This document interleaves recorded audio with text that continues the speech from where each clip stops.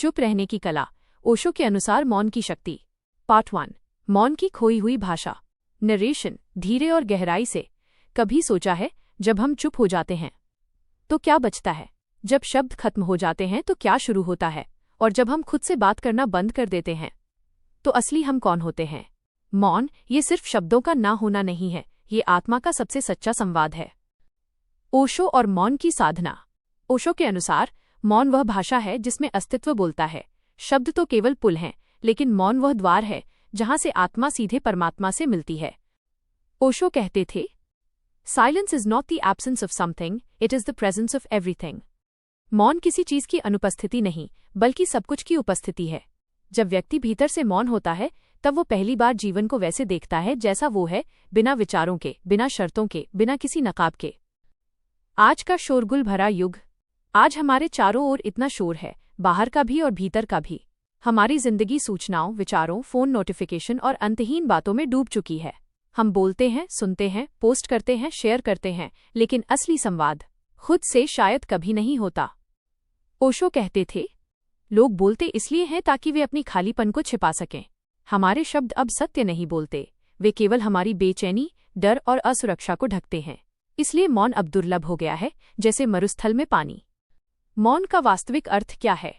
ओशो के अनुसार मौन का अर्थ केवल शब्दों का न बोलना नहीं है, वो तो बस पहला कदम है। सच्चा मौन तब आता है जब मन के भीतर की बकवास बंद हो जाती है, विचारों का अनंत शोर शांत हो जाता है। Real silence happens when you are not talking inside. वास्तविक मौन तब होता है जब भीतर का संवाद रुक जाता है। तब व्यक्ति एक नई स्थिति में प्रवेश करता है, जहां कोई शब्द नहीं, लेकिन सब कुछ कहा जा रहा है। जहां कोई प्रश्न नहीं, लेकिन हर उत्तर मौजूद है। मौन क्यों आवश्यक है? ओशो कहते थे कि मौन आत्मा का ऑक्सीजन है। जैसे शरीर को सांस चाहिए, वैसे ही आत्मा को मौन चाहिए। जब तुम मौन में उतरते हो तो तुम अपने असली रूप से मिलते हो, एक ऐसा रूप जो न समाज का है, न परिवार का, न पहचान का। वो केवल तुम्हारा है। ओशो कहते हैं, मौन में बैठो और तुम्हें पता चलेगा कि तुम ईश्वर हो। मौन तुम्हें बदलता नहीं, वो तुम्हें याद दिलाता है कि तुम कौन हो। शब्द से परे का अनुभव। शब्द सीमित हैं, वे सत्य को बांध नहीं सकते। ओशो कहते थे, सत्य को शब्दों में उतारने का प्रयास वैसा ही है जैसे आसमान को बोतल में भरना। इसलिए जो व्यक्ति सच में जीवन को समझना चाहता है, उसे मौन की यात्रा पर निकलना ही होगा। क्योंकि मौन वो जगह है जहां तुम नहीं बोलते और जीवन बोलता है, तुम नहीं सोचते और सत्य प्रकट होता है। मौन की शुरुआत कैसे करें? ओशो ने सैकड़ों लोगों को ध्यान के माध्यम से मौन का अनुभव कराया। वे कहते थे, शुरुआत करो छोटे कदमों से। 1. हर दिन कुछ मिनट खुद से बैठो, बिना कुछ बोले, बिना कुछ सोचे। 2. अपनी सांसों को देखो, लेकिन उन पर नियंत्रण मत रखो। 3. धीरे धीरे भीतर जो शोर है उसे देखो और उसे जाने दो। धीरे धीरे विचारों के बीच जो खाली जगह बनेगी वही मौन है, उसे महसूस करो। मौन और जागरूकता। ओशो ने मौन को जागरूकता की चरम अवस्था कहा है। उन्होंने कहा, जब तुम पूरी तरह मौन होते हो, तुम पूरी तरह जागरूक होते हो। क्योंकि जब विचार रुकते हैं तो चेतना एकदम स्वच्छ हो जाती है, जैसे बादलों से रहित आकाश। और तभी तुम पहली बार अपने भीतर के आकाश को देख पाते हो। पहले भाग का निष्कर्ष। मौन एक कला है, और ये कला बोलने से नहीं, बल्कि सुनने से शुरू होती है। सुनो, अपने भीतर क्या चल रहा है। सुनो, प्रकृति क्या कह रही है। सुनो, अस्तित्व क्या फुसफुसा रहा है। और जब सुनना गहरा हो जाता है तो बोलना अप्रासंगिक हो जाता है। ओशो कहते थे, जिसने मौन को सुन लिया, उसने परमात्मा को सुन लिया। पार्ट 2। मौन के प्रकार और ओशो की ध्यान पद्धति। प्रस्तावना। मौन एक स्थिति नहीं, एक यात्रा है। ओशो कहते हैं, मौन कोई लक्ष्य नहीं है, वो यात्रा का मार्ग है। हम सब किसी न किसी रूप में मौन का अनुभव करते हैं। कभी प्रकृति को निहारते समय, कभी संगीत सुनते हुए, कभी किसी प्रियजन की आंखों में देखते हुए। परंतु ओशो का मौन इससे आगे है। वो केवल क्षणिक नहीं, पूर्ण अस्तित्व का अनुभव है। वो एक ऐसी स्थिति है जहां मैं और तू दोनों मिट जाते हैं। केवल चेतना बचती है, शुद्ध, निर्मल, शांत। ओशो के अनुसार मौन के 3 प्रकार। ओशो ने मौन को 3 स्तरों में बांटा है, हर स्तर एक गहराई का प्रतीक है। शारीरिक मौन, फिजिकल साइलेंस। यह सबसे प्रारंभिक स्तर है। जब हम अपने शरीर को स्थिर करते हैं, बोलना बंद करते हैं, तो हम शारीरिक रूप से शांत हो जाते हैं। लेकिन ओशो कहते हैं, शरीर का मौन केवल बाहरी मौन है, भीतर मन अब भी चिल्ला रहा होता है। शरीर का मौन एक अभ्यास है, लेकिन यह पर्याप्त नहीं। ये केवल द्वार है, प्रवेश भीतर होता है। मानसिक मौन, मेंटल साइलेंस। जब हम बैठते हैं और भीतर के विचारों को देखते हैं तो हमें एहसास होता है कि मन लगातार बोलता रहता है। ये विचारों की फैक्ट्री है। ओशो कहते थे, मन विचारों की धारा है, तुम उसे रोक नहीं सकते, केवल देख सकते हो। जब तुम देखना शुरू करते हो तो धीरे धीरे विचारों की शक्ति कम होने लगती है। फिर एक क्षण आता है जब विचारों के बीच एक खालीपन उभरता है। वो खालीपन ही मौन की झलक है। यहीं से ध्यान, मेडिटेशन की शुरुआत होती है। आत्मिक मौन, स्पिरिचुअल साइलेंस। ये ओशो के अनुसार मौन का अंतिम स्तर है, जहां विचारों का कोई अस्तित्व नहीं बचता। यह निर्विचार स्थिति है जहां चेतना केवल साक्षी बन जाती है। जब तुम न शरीर हो न मन, तब तुम मौन हो। यही अवस्था ओशो ने समाधि कहा है। यह मौन मृत्यु नहीं बल्कि पुनर्जन्म है। यहाँ आत्मा स्वयं को अनुभव करती है, बिना किसी शब्द, बिना किसी पहचान के। ओशो की डायनामिक मौन ध्यान विधि, डायनामिक मेडिटेशन। ओशो जानते थे कि आधुनिक मनुष्य मौन में सीधे नहीं उतर सकता, क्योंकि उसके भीतर बहुत दबा हुआ शोर है, भावनाएं, क्रोध, तनाव, अधूरी इच्छाएं। इसलिए उन्होंने एक अनोखी ध्यान प्रक्रिया बनाई, डायनामिक मेडिटेशन, जो आधुनिक युग के मन के लिए मौन का द्वार है। चरण 1, तीव्र श्वास, केओटिक ब्रीदिंग। पहले चरण में तेज, गहरी, अनियमित सांसें ली जाती हैं। ये शरीर के भीतर दबी ऊर्जा को बाहर निकालती हैं, मन को झकझोर देती हैं। सांस को इस तरह लो कि वो तुम्हारे भीतर सोई हुई चेतना को जगाए। ओशो, इस चरण में विचार नहीं करना है, बस पूरी ऊर्जा से सांस लो। यह भीतर की जमी हुई भावनाओं को हिलाता है। चरण 2, विस्फोट, कैथारसिस। अब जो भी भीतर है उसे बाहर निकालो। रोना, हंसना, चिल्लाना, नाचना, कुछ भी। मन में जो दबी भावनाएं हैं उन्हें पूरी तरह बाहर फेंक दो। ओशो कहते थे, जब तक तुम भीतर का जहर नहीं उगलते, तुम शांति का स्वाद नहीं चख सकते।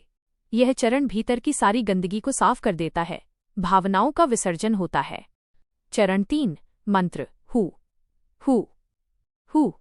अब साधक पूरे जोश से हु का उच्चारण करता है, गहरे पेट से, बार बार, पूरी ताकत से। ये ध्वनि ऊर्जा को ऊपर उठाती है, मूलाधार से सहस्रार तक। ये शरीर और मन दोनों को एक नई तरंग में ले आती है, जहां ऊर्जा रूपांतरित होती है। चरण 4, ठहराव, स्टॉप। ओशो अचानक कहते थे, रुको, और साधक उसी क्षण रुक जाता है, जैसे समय ठहर गया हो। सारी गति थम जाती है, सांस रुक जाती है, विचार ठहर जाते हैं। यही वो क्षण है जहां मौन जन्म लेता है। यहीं से आत्मिक मौन की यात्रा शुरू होती है। इस रुकावट में तुम अपने सच्चे स्वरूप से टकराते हो। ओशो। चरण 5, उत्सव, सेलिब्रेशन व डांस। अब धीरे धीरे संगीत बजता है और साधक नाचता है पूरी स्वतंत्रता के साथ। यह नाच किसी प्रदर्शन का नहीं, बल्कि अस्तित्व के प्रति कृतज्ञता का है। ओशो कहते हैं, ध्यान के बाद नाचो, क्योंकि तुम फिर से जन्मे हो। ओशो की मौन शिविर परंपरा। पुणे आश्रम में ओशो के मौन शिविरों में हजारों लोग आते थे। कई दिनों तक वहां बोलने की मनाही होती थी। लोग केवल ध्यान करते, चलते, देखते और मौन में जीते थे। धीरे धीरे वे महसूस करने लगते कि मौन कोई बाहरी अनुशासन नहीं, बल्कि एक भीतरी संगीत है। ओशो कहते थे, मौन तब नहीं आता जब तुम उसे थोपते हो, मौन तब आता है जब तुम उसे अनुमति देते हो। मौन और ध्यान का संबंध। ओशो के लिए मौन और ध्यान एक ही सिक्के के दो पहलू हैं। ध्यान मौन की तैयारी है और मौन ध्यान का फल है। ध्यान के माध्यम से हम विचारों को देखते हैं, और जब देखने वाला पूर्ण हो जाता है, विचार स्वयं विलीन हो जाते हैं। यही ओशो की साक्षी भाव की साधना है। Witness everything, thoughts, emotions, the body and even silence itself. सब कुछ देखो, विचारों को, भावनाओं को, शरीर को और यहाँ तक कि मौन को भी। पार्ट 2 का निष्कर्ष। मौन कोई तकनीक नहीं है, वो होने की स्थिति है। और इस स्थिति तक पहुंचने के लिए ओशो हमें दिखाते हैं कि पहले भीतर के तूफान को स्वीकारो, फिर उसे मुक्त करो, और तभी सच्ची शांति जन्म लेती है। मौन वो जगह है जहां शब्द समाप्त होते हैं और सत्य शुरू होता है। भाग 3, मानसिक शांति की चुप्पी, मन को जीतने की कला। अब तक हमने समझा कि चुप रहना न केवल आत्मनियंत्रण का संकेत है, बल्कि ये हमारी बुद्धि और व्यक्तित्व को निखारने का सबसे बड़ा साधन है। लेकिन अब हम उस सबसे गहरे पहलू में उतरेंगे जहां चुप रहना सीधे हमारे मन और आत्मा से जुड़ जाता है, क्योंकि असली शक्ति बाहर नहीं, भीतर होती है। और जब मन शांत होता है, तभी इंसान सबसे ऊंचा सोच सकता है। 1, मन का शोर और आत्मा की आवाज। हर इंसान के भीतर 2 आवाजें होती हैं। एक जो बाहर की दुनिया से आती है, समाज, आलोचना, अपेक्षाएं, दिखावा। और दूसरी जो भीतर की दुनिया से आती है, अंतरात्मा, विवेक और सच्ची बुद्धि। लेकिन दिक्कत ये है कि ज्यादातर लोग बाहर की आवाज़ों में इतने उलझ जाते हैं कि भीतर की आवाज़ सुन ही नहीं पाते। जो व्यक्ति चुप रहना सीख जाता है वो इस बाहरी शोर को धीरे धीरे बंद कर देता है, और तब पहली बार वो अपने स्वयं की आवाज़ को सुन पाता है। जब मन शांत होता है तभी आत्मा बोलती है। ये कोई साधारण वाक्य नहीं, बल्कि हर महान व्यक्ति की जीवन शैली का मूल है। 2. प्रतिक्रिया से पहले रुकना। बुद्धिमानों की पहचान। कभी गौर किया है, जब कोई हमें भड़काता है या आलोचना करता है तो तुरंत हमारा मन प्रतिक्रिया देना चाहता है, पर वही क्षण सबसे बड़ा अवसर होता है। यदि हम थोड़ा रुक जाएं, चुप रहें, तो हमारी सोच का स्तर बदल जाता है। उदाहरण, जब गौतम बुद्ध को कोई अपशब्द कहता था तो वे मुस्कुराकर चुप हो जाते थे। किसी ने पूछा, आपने कुछ कहा क्यों नहीं? बुद्ध बोले, जो उपहार मैं स्वीकार नहीं करता वो वापस देने वाले के पास ही रह जाता है। यह चुप्पी कमजोरी नहीं थी, बल्कि उस व्यक्ति की मानसिक श्रेष्ठता का प्रतीक थी। जो प्रतिक्रिया को रोक सकता है वह अपने जीवन को नियंत्रित कर सकता है। 3. मौन ध्यान का विज्ञान।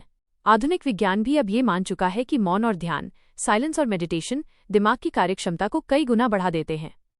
ये हमारे prefrontal cortex, decision making area को सक्रिय करता है।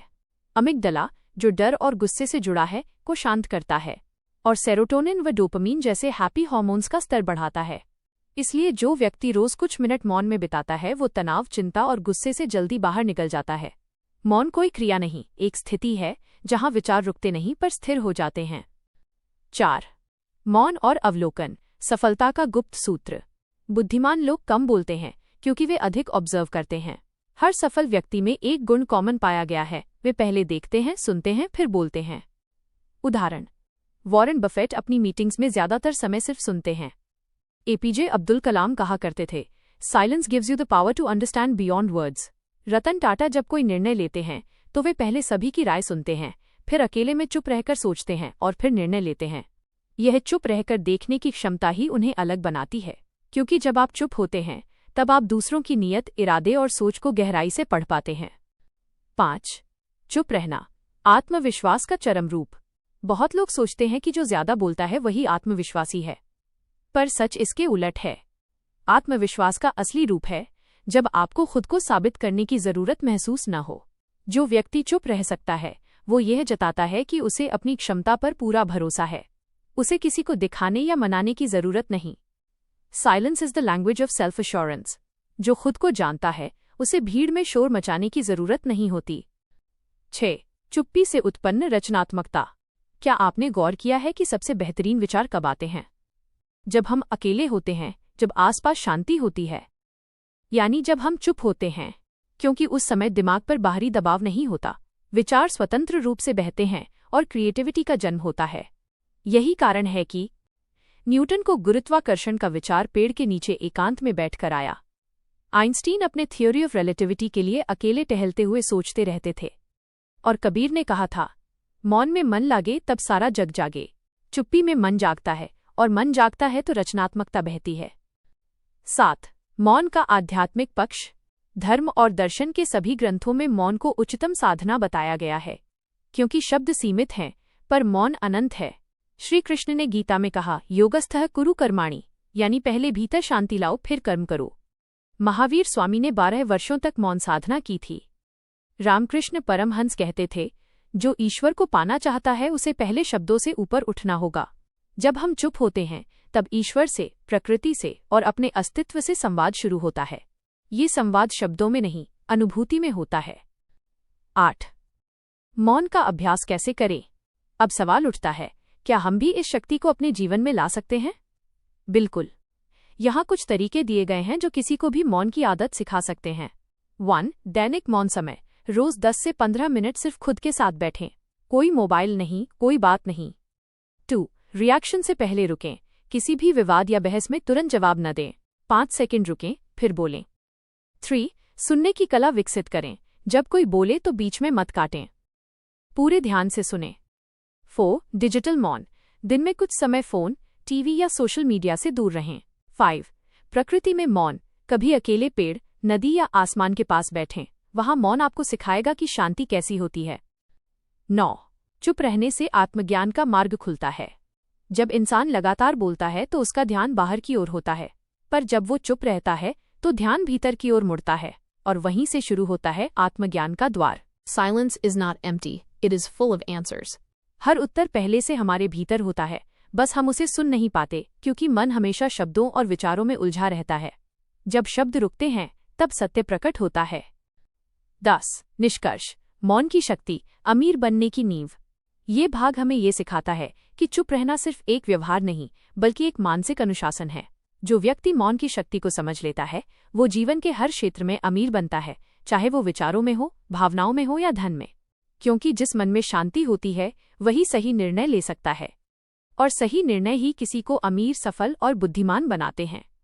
अगले भाग पार्ट 4 में हम समझेंगे कैसे चुप रहना आपके जीवन, रिश्तों और सफलता के हर पहलू को बदल सकता है, और क्यों ये आदत आपको न केवल शांत बल्कि करिश्माई बनाती है, बिना कुछ कहे सबको प्रभावित करने वाली। क्या आप आगे बढ़ने के लिए तैयार हैं? तो आइए अगले भाग में हम मौन की शक्ति से व्यक्तित्व परिवर्तन की गहराई में उतरते हैं। भाग 4। मौन की शक्ति से व्यक्तित्व परिवर्तन, बिना बोले सबको प्रभावित करने की कला। अब तक हमने समझा कि मौन सिर्फ एक आदत नहीं बल्कि एक आध्यात्मिक, मानसिक और बौद्धिक शक्ति है। लेकिन अब हम जानेंगे कि ये शक्ति कैसे आपके व्यक्तित्व को पूरी तरह बदल देती है, कैसे ये आपको ऐसा प्रभावशाली इंसान बना देती है जिसे बिना बोले भी सब सुनते हैं, मानते हैं और सम्मान देते हैं। 1. जब मौन बनता है, व्यक्तित्व का आकर्षण। हर सफल और प्रभावशाली व्यक्ति में एक रहस्यमयी गुण होता है, उनका मौन। वे भीड़ में होते हुए भी सबसे अलग दिखते हैं। उनकी शांति, उनका धैर्य और उनके चेहरे की स्थिरता लोगों को आकर्षित करती है। बिना बोले जो इंसान सबको सुनने पर मजबूर कर दे वही असली प्रभावशाली होता है। उदाहरण: महात्मा गांधी ज्यादातर समय शांत, लेकिन जब बोले तो पूरा देश जाग उठा। एपीजे अब्दुल कलाम विनम्र, शांत, लेकिन उनके शब्दों में ब्रह्मास्त्र जैसी शक्ति थी। स्टीव जॉब्स जब बोले तो हजारों लोगों को प्रेरणा मिली, लेकिन उनके लंबे मौन ने उन्हें वो दृष्टि दी जो किसी और के पास नहीं थी।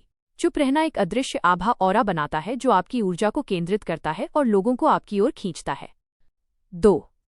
चुप्पी से पैदा होती है गहराई। बहुत बोलने वाला इंसान अक्सर सतही होता है, लेकिन जो कम बोलता है वो गहराई से सोचता है। जब आप कम बोलते हैं तो हर शब्द का मूल्य बढ़ जाता है। लोग आपके हर वाक्य को गंभीरता से लेते हैं क्योंकि वे जानते हैं आप सिर्फ तभी बोलते हैं जब कुछ सच्चा और जरूरी कहना होता है। यह गहराई का प्रभाव ही है जो नेताओं, विचारकों और संतों को भीड़ से अलग करता है।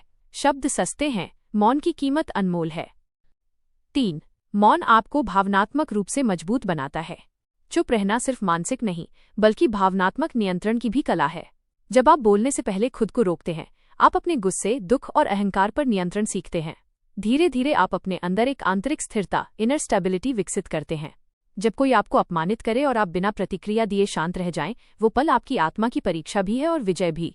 सच्चा शक्तिशाली वह नहीं जो दूसरों को हराता है, बल्कि वह जो खुद के गुस्से को जीत लेता है। 4.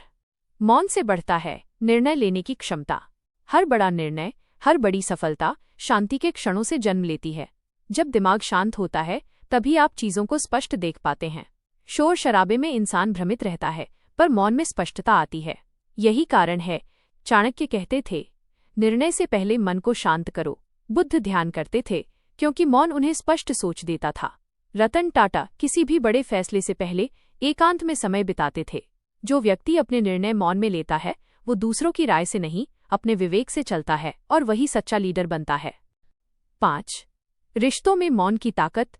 रिश्तों में ज्यादातर विवाद इसलिए होते हैं क्योंकि दोनों पक्ष बोलते ज्यादा हैं, सुनते कम। कई बार अगर हम थोड़ा चुप रह जाएं तो बड़ी बहस भी खत्म हो सकती है। मौन रिश्तों में 3 चीजें लाता है। धैर्य, जो सामने वाले को पूरी तरह बोलने का अवसर देता है। समझ, जो शब्दों के पीछे की भावनाओं को महसूस कर पाती है। सम्मान, जो सामने वाले को ये एहसास दिलाता है कि उसकी बात की कद्र है। रिश्ते शब्दों से नहीं, मौन से भी संभाले जा सकते हैं। उदाहरण: कबीर ने कहा था, बोलने से बढ़े झगड़ा, चुप रहने से शांति। मन में जो समझे वही असली साधु संत। 6. मौन और करिश्माई व्यक्तित्व। क्या आपने गौर किया है, कुछ लोग कुछ कहे बिना ही प्रभाव डालते हैं। उनकी चाल, उनकी नजरें, उनका मौन, सब कुछ आत्मविश्वास बिखेरता है। इसे कहते हैं साइलेंट कैरिश्मा। करिश्मा पैदा होता है जब आप अपनी उपस्थिति से बात करते हैं, शब्दों से नहीं। दूसरों की ऊर्जा को महसूस करते हैं, बाधित नहीं करते, और मुस्कान से जवाब देते हैं, बहस से नहीं। ऐसे लोग लोगों के दिल में जगह बना लेते हैं क्योंकि वे शांति का अनुभव कराते हैं, तनाव का नहीं। जो खुद शांत है वही दूसरों को सुकून देता है। 7. मौन और समय का प्रबंधन। बहुत बोलने वाला व्यक्ति अपनी ऊर्जा और समय दोनों खो देता है, पर चुप रहने वाला इंसान अपनी ऊर्जा बचाता है और उसे सही दिशा में लगाता है। मौन से आप अनावश्यक बहसों से बचते हैं, गलत शब्दों से होने वाले नुकसान से बचते हैं, विचारों को केंद्रित रखते हैं। इस तरह मौन आपको टाइम रिच बनाता है, यानी वो व्यक्ति जो अपने समय पर मालिक है, उसका गुलाम नहीं। 8. चुप्पी से विकसित होती है अंतर्ज्ञान शक्ति, इंट्यूइशन। जब मन शांत होता है तो भीतर की आवाज साफ सुनाई देती है। वो आवाज आपका इंट्यूइशन है, यानी आपकी सच्ची बुद्धि। मौन में ये शक्ति और तेज हो जाती है। आपको ये एहसास होने लगता है कि कौन सी चीज सही है और कौन सी गलत, बिना किसी बाहरी प्रमाण के। महान लोग अक्सर कहते हैं, जब मैं निर्णय लेता हूं तो मेरा मन पहले ही जानता है कि सही क्या है। ये जानना शब्दों से नहीं आता, ये मौन से आता है। 9. मौन और आत्म परिवर्तन की यात्रा। चुप रहना केवल व्यवहारिक परिवर्तन नहीं, बल्कि आत्मिक जागृति की शुरुआत है। जब आप बोलना छोड़ते हैं तो आप अपने भीतर के विचारों को देखने लगते हैं। धीरे धीरे आप समझते हैं कि कितने शब्द बिना कारण निकलते थे, गुस्से में, दिखावे में या आदत में। ये जागरूकता आपको सेल्फ ट्रांसफॉर्मेशन की राह पर ले जाती है। अब आप वही नहीं रहते जो पहले थे। आपका बोलना उद्देश्यपूर्ण हो जाता है, आपका मौन अर्थपूर्ण हो जाता है। जो खुद को सुनना सीख गया, उसने दुनिया को समझना शुरू कर दिया। 10. मौन से जन्मी अमीरी, आंतरिक और बाहरी दोनों। अब एक बार फिर लौटते हैं उस मूल विचार पर, जितना चुप रहोगे उतना अमीर बनोगे। ये अमीरी सिर्फ पैसे की नहीं होती, ये अमीरी है विचारों की, धैर्य की, समझ की और आत्मसंतोष की। जब आपके भीतर ये अमीरी आती है तो बाहर की अमीरी अपने आप खिंचती चली आती है, क्योंकि अब आपके पास वो मानसिक स्थिरता है जो बड़े अवसरों को पहचान सके और संभाल सके। 11. मौन से जुड़ी एक छोटी सी कहानी। एक साधु पहाड़ों में ध्यान करता था। एक दिन एक व्यापारी वहां आया और बोला, मुझे सफलता का रहस्य बताओ। साधु मुस्कुराए और बोले, बैठो और चुप रहो। व्यापारी बोला, कुछ कहिए तो। साधु बोले, जो कहना था वो तो मैंने कह दिया। 3 दिन व्यापारी चुप बैठा रहा। तीसरे दिन उसने कहा, अब समझा, मौन में वो सब उत्तर हैं जो मैं बाहर ढूंढ रहा था। 12. निष्कर्ष। मौन सफलता का गुप्त हथियार। अब तक आपने देखा कि चुप रहना कैसे आपके पूरे व्यक्तित्व को निखारता है। ये न केवल आपको बुद्धिमान बनाता है, बल्कि आपकी उपस्थिति को प्रेरणा का स्रोत बना देता है। जब शब्द खत्म हो जाते हैं तब मौन बोलता है, और जब मौन बोलता है तो पूरा संसार सुनता है। अगले भाग पार्ट 5 में हम जानेंगे कैसे चुप रहना आपको सामाजिक, व्यावसायिक और आर्थिक रूप से आगे बढ़ाता है, और क्यों मौन का अभ्यास आज के प्रतिस्पर्धी युग में आपकी सबसे बड़ी ताकत बन सकता है। क्या आप तैयार हैं उस रहस्य को जानने के लिए जो अमीरों, लीडरों और सफल लोगों की जिंदगी का मूल है? तो आइए पार्ट 5 में गहराई से समझते हैं मौन से सफलता तक की यात्रा। भाग 5, मौन से सफलता तक, चुप रहकर आगे बढ़ने की कला। अब तक आपने समझा कि मौन सिर्फ साधना नहीं बल्कि शक्ति है। यह शक्ति आपकी सोच, आपके शब्दों और आपके कर्मों में संतुलन लाती है। परंतु इस भाग में हम समझेंगे कैसे मौन को अपनाने वाला व्यक्ति जीवन के हर क्षेत्र में सफल होता है, कैसे मौन व्यापार, करियर, रिश्ते और आत्मविकास में चमत्कार करता है, और क्यों ओशो कहते थे, जो व्यक्ति मौन को साध लेता है उसके लिए असफलता भी सफलता बन जाती है। 1. मौन और मानसिक ऊर्जा, मेंटल एनर्जी। हर इंसान के पास सीमित मानसिक ऊर्जा होती है। जितना वो बोलता है उतनी ऊर्जा व्यर्थ जाती है। बहुत से लोग दिन भर बोलते हैं लेकिन उनका मन थक जाता है, क्योंकि हर शब्द, हर बहस, हर प्रतिक्रिया ऊर्जा खींचती है। जब आप मौन रहते हैं, आपकी यह ऊर्जा भीतर ही भीतर संग्रहित होती जाती है। ये वही ऊर्जा है जो बाद में ध्यान, काम, रचनात्मकता या सफलता में लगती है। ओशो कहते थे, मौन वो माध्यम है जिससे ऊर्जा बिखरती नहीं बल्कि केंद्रित होती है। जो व्यक्ति मौन में रहना सीख जाता है वो अपनी ऊर्जा को व्यर्थ की बातों में नहीं बल्कि सार्थक कार्यों में लगाता है, और यही उसके जीवन की सबसे बड़ी सफलता की कुंजी बनती है। 2. व्यापार और करियर में मौन की ताकत। आज के प्रतिस्पर्धी युग में जो कम बोलता है और ज्यादा सुनता है वही असली विजेता बनता है। व्यवसाय में मौन व्यक्ति दूसरों की नीयत को जल्दी समझ लेता है, सामने वाले के शब्दों से ज्यादा उसके हाव भाव को पढ़ लेता है, अपनी योजनाओं को सार्वजनिक करने से पहले उन्हें परिपक्व करता है। इसलिए ऐसे लोग सोच समझकर कदम उठाते हैं और अक्सर वही लंबे समय में सफलता हासिल करते हैं।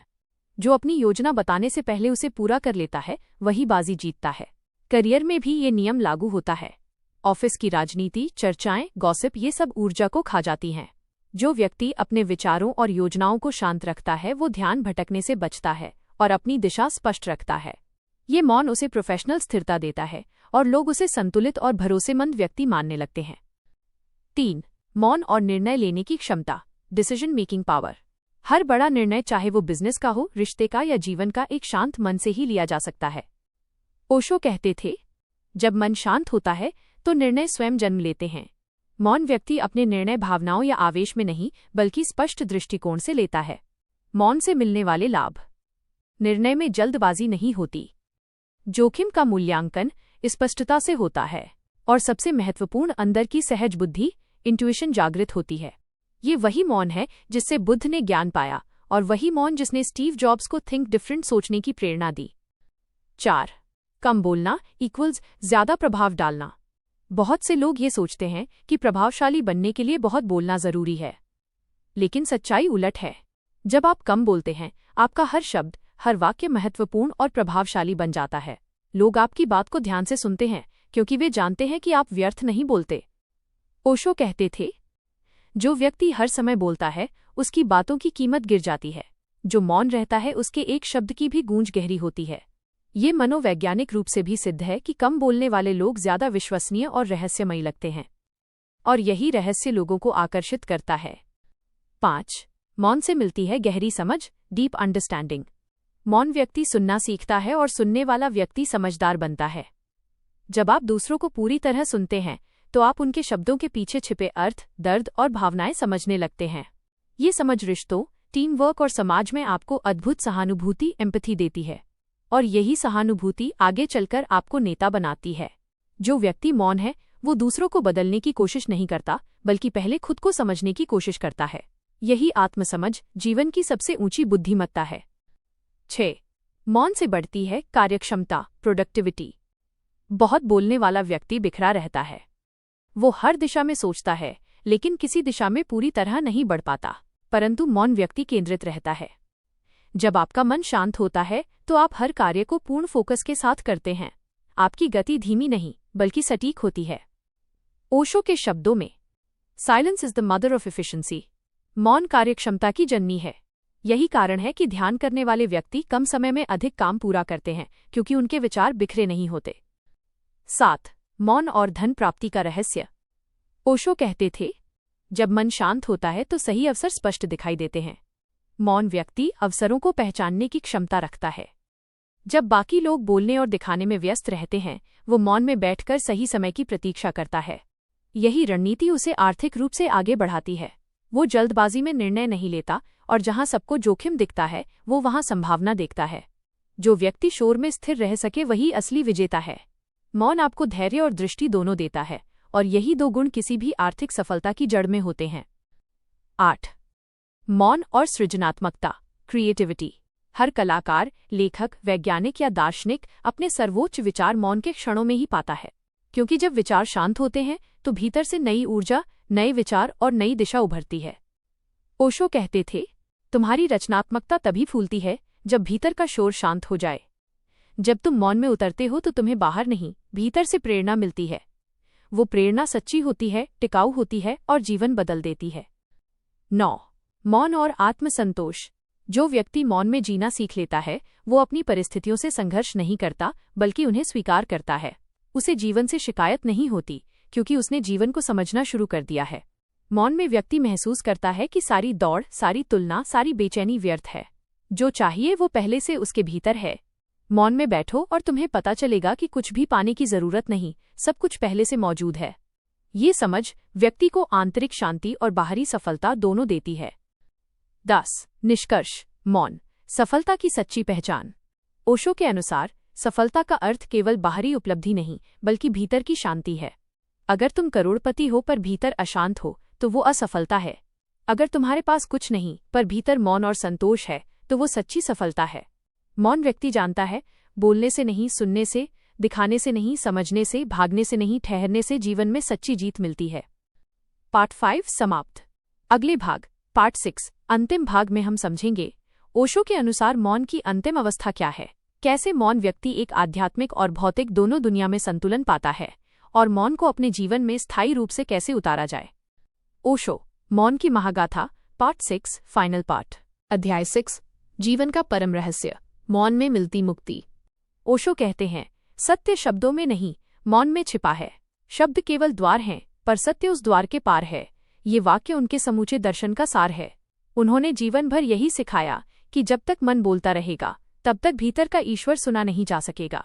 मौन उनके लिए केवल बोलना बंद कर देना नहीं था, ये तो अस्तित्व के साथ एक हो जाने की प्रक्रिया थी, जहां न विचार है, न इच्छा है, न पहचान, केवल शुद्ध जागरूकता। 1. मौन की यात्रा बाहर से भीतर की ओर। मनुष्य हमेशा बाहर की दुनिया में उत्तर खोजता है, किताबों में, मंदिरों में, गुरुओं में। पर ओशो कहते हैं, तुम्हारा सबसे बड़ा मंदिर तुम्हारे भीतर है। वहां तक पहुंचने के लिए तुम्हें मौन की नाव पर सवार होना होगा। जब मनुष्य ध्यान में उतरता है, जब विचारों की भीड़ थमती है, तो एक क्षण आता है जहां केवल अस्तित्व रह जाता है। वहां न कोई दुख है, न सुख, न प्रश्न है, न उत्तर। वहां केवल अनुभव है, पूर्णता का, शांति का, आनंद का। 2. मौन का विज्ञान। ओशो की दृष्टि में ध्यान। ओशो ने ध्यान को कोई धार्मिक कर्मकांड नहीं बताया। उन्होंने कहा, ध्यान कोई साधना नहीं, ये तो खेल है। एक ऐसा खेल जिसमें खिलाड़ी और खेल दोनों एक हो जाते हैं। उनके ध्यान की विधियां इसीलिए अनूठी थीं। वे जानते थे कि आधुनिक मनुष्य का मन बहुत अव्यवस्थित है, वो सीधे मौन में नहीं उतर सकता। इसलिए उन्होंने डायनामिक मेडिटेशन जैसी विधियां दी, जहां व्यक्ति पहले जोर जोर से सांस लेता है, चिल्लाता है, हंसता है, रोता है, ताकि भीतर जमा हुआ सारा जहर बाहर निकल जाए। और जब भीतर कुछ भी नहीं बचता, तब मौन अपने आप उतर आता है, जैसे किसी बवंडर के बाद अचानक आकाश साफ हो जाए। 3. ओशो का संदेश। बिना भय, बिना अपराध बोध, पूर्ण रूप से जियो। ओशो ने कहा, तुम्हें जीवन से डराया गया है, तुम्हें पाप और पुण्य के झूठे जाल में फंसाया गया है, पर अस्तित्व तुम्हें जैसा है वैसा ही स्वीकार करता है। तुम जैसे हो वैसे ही ईश्वर के प्रिय हो। उन्होंने इंसान को सिखाया कि खुद को अस्वीकार मत करो, जीवन को पाप मत समझो, जीवन ही परमात्मा का उत्सव है। उनका दर्शन कहता है कि जब तुम स्वयं से प्रेम करते हो, जब तुम बिना किसी भय के, बिना किसी झूठे नियम के जीते हो, तब तुम अपने भीतर के भगवान से मिलते हो। 4. मौन में प्रेम का जन्म। ओशो कहते हैं, सच्चा प्रेम शब्दों से नहीं, मौन से उपजता है। जब दो लोग बिना बोले एक दूसरे को महसूस कर सकते हैं, वही प्रेम है। जब तुम किसी फूल को देखो और भीतर से कहो, वाह, बिना कुछ बोले, वो भी प्रेम है। प्रेम कोई भावना नहीं, एक स्थिति है जहां तुम अलग नहीं रह जाते। मौन व्यक्ति कभी नफरत नहीं कर सकता, क्योंकि नफरत शब्दों से जन्म लेती है, विचारों से पोषित होती है। मौन में न विचार है, न विभाजन, वहां सब एक है। 5. मृत्यु पर ओशो की दृष्टि। अंत नहीं, मुक्ति। ओशो का अंतिम संदेश था, मृत्यु का डर केवल उन्हें है जिन्होंने जीवन को नहीं जिया। उनका मानना था कि जो व्यक्ति हर पल को पूरी जागरूकता से जीता है, उसके लिए मृत्यु कोई त्रासदी नहीं बल्कि एक महोत्सव है। वे कहते थे, मृत्यु जीवन का सबसे बड़ा रहस्य है, जो उसे स्वीकार करता है वह मुक्त हो जाता है। जब 1989 में ओशो ने अपने शरीर को छोड़ा, तो उनके अनुयायियों ने शोक नहीं मनाया, बल्कि मौन ध्यान में बैठे, क्योंकि ओशो ने कहा था, जब मैं जाऊं तो रोना मत, मैं गया नहीं हूं, बस रूप बदल लिया है। 6. मौन की साधना। ओशो की शिक्षाओं से सीख। अगर हम ओशो के जीवन और विचारों को देखें, तो उनका पूरा सार 3 शब्दों में सिमटता है, ध्यान, प्रेम और मौन। 1. ध्यान ताकि तुम अपने भीतर लौट सको। 2. प्रेम ताकि तुम दूसरों से जुड़ सको। 3. मौन ताकि तुम अस्तित्व से एक हो सको। ओशो कहते हैं, जिस दिन तुम्हारे भीतर ये तीनों एक साथ जाग उठें, वही दिन तुम्हारे पुनर्जन्म का दिन होगा। 7. आज के युग में ओशो का महत्व। आज जब दुनिया भाग रही है, हर कोई कुछ पाना चाहता है, पैसा, नाम, शोहरत, ओशो की शिक्षाएं पहले से कहीं ज्यादा प्रासंगिक हैं, क्योंकि ओशो हमें सिखाते हैं कि खोज बाहर नहीं, भीतर है। जब तक हम भीतर नहीं उतरेंगे, तब तक कोई उपलब्धि शांति नहीं देगी। ओशो का ये वाक्य आज भी उतना ही गूंजता है, तुम्हें खुद को जीतने से बड़ा कोई युद्ध नहीं। 8. निष्कर्ष। मौन ही सच्चा धर्म। ओशो का पूरा जीवन हमें यही सिखाता है कि धर्म कोई संस्था नहीं, कोई ग्रंथ नहीं, धर्म तो तुम्हारे भीतर का मौन है। जहां तुम हो वहां धर्म है, जहां जागरूकता है वहां ईश्वर है। ओशो ने कहा था, जब तुम भीतर की यात्रा पर निकलो तो कोई गुरु मत ढूंढो, तुम्हारा मौन ही तुम्हारा गुरु है। समापन, आउट्रो। मौन, यही ओशो का अंतिम संदेश था। उन्होंने न किसी से युद्ध किया, न किसी विचारधारा से लड़े। उन्होंने बस इतना कहा, जीवन को नकारो मत, उसे जानो, जीवन को सुधारो मत, उसे जियो। और जब तुम सच में जी लोगे, तब मौन अपने आप उतर आएगा। यह मौन ही है जो मनुष्य को साधारण से असाधारण बना देता है, सीमित से असीम तक ले जाता है। ओशो का जीवन एक दीपक की तरह था, जो स्वयं जलकर हजारों को राह दिखा गया, और अब वो दीपक हमारे भीतर जलने की प्रतीक्षा कर रहा है। समापन पंक्तियां, नैरेटिव स्टाइल। ओशो हमें सिखाते हैं कि सच्चा ध्यान किसी आश्रम में नहीं, बल्कि हर उस क्षण में है जब हम पूरी जागरूकता से जीते हैं। मौन में उतरना जीवन का सबसे सुंदर विद्रोह है। वीडियो अंत तक देखने के लिए धन्यवाद। और इसी तरह नई नई वीडियो देखने और सुनने के लिए आपके अपने इस चैनल को सब्सक्राइब जरूर करें, जिससे आने वाली वीडियो की नोटिफिकेशन आपको प्राप्त हो सके।